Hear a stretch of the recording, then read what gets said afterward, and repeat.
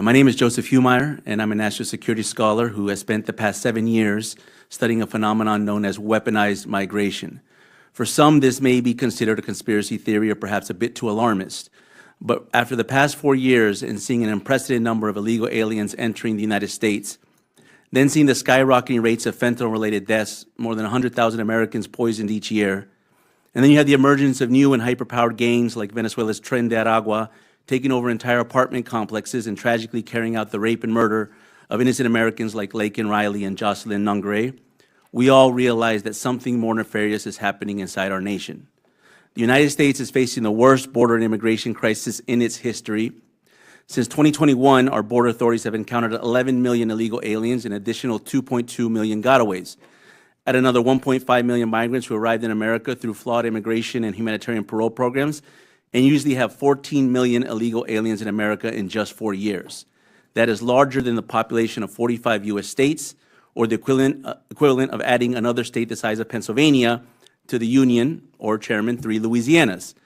Now, Mr. Chairman, as much as we would all love to have more constituents like those from the Great Bayou State in this country, unfortunately, the sad reality is most of these illegal aliens are not assimilating to America.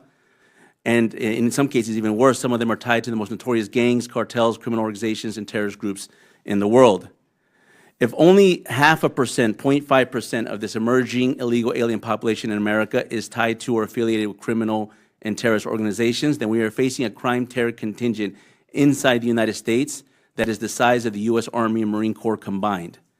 That is a national security emergency. If that's not a national security emergency, I don't know what is. Now let me get back to weaponized migration. I began this research in October 2018 when thousands of mostly Central Americans crashed the U.S. southwest border in the span of a few weeks. I was actually in Guatemala at the time. For a different reason, I was there training some of our partner militaries on counterterrorism and counter-transnational organized crime, when I got a call from a friend who was a senior Guatemalan national security official and asked for my help. So to give you the bottom line up front, what I discovered back then in Guatemala is that the Central American caravans were planned, financed, organized, and steered by state and non-state actors to cause chaos in Guatemala, Mexico, and eventually the United States. How do I know this?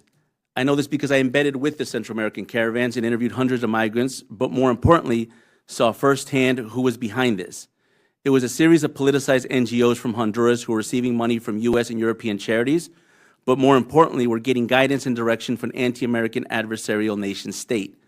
That state is the Bolivarian Republic of Venezuela, who worked with the Honduran NGO known as Pueblos Sin Fronteras, which is Spanish for People Without Borders, who then worked with a series of NGOs and charities inside America, notably in California and Chicago, to create the Central American caravans. Now, this begs the question, why would the Venezuelan government care about illegal immigration? The answer is because Venezuela is a proxy of China, Russia, and Iran. They all understand that mass migration can be employed as a weapon of asymmetric warfare to erode national borders, steal sovereignty, and eventually have the United States collapse from within. Remember, China's whole warfare strategy is based on submission, to have America give up without fighting.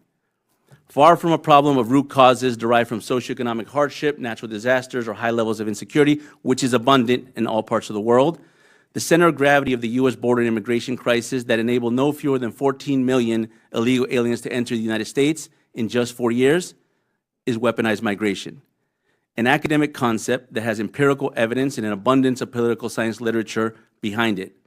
Weaponized migration is when state and non-state actors catalyze, manipulate, and or induce mass migration to achieve political and geopolitical objectives. Weaponized migration suggests that criminal illegal aliens inside the United States do not merely arrive here by accident, they were sent here by America's enemies and adversaries.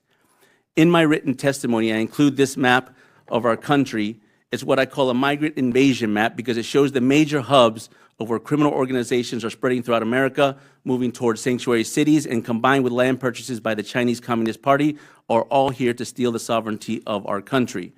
This is a national security crisis, perhaps the greatest in our lifetime.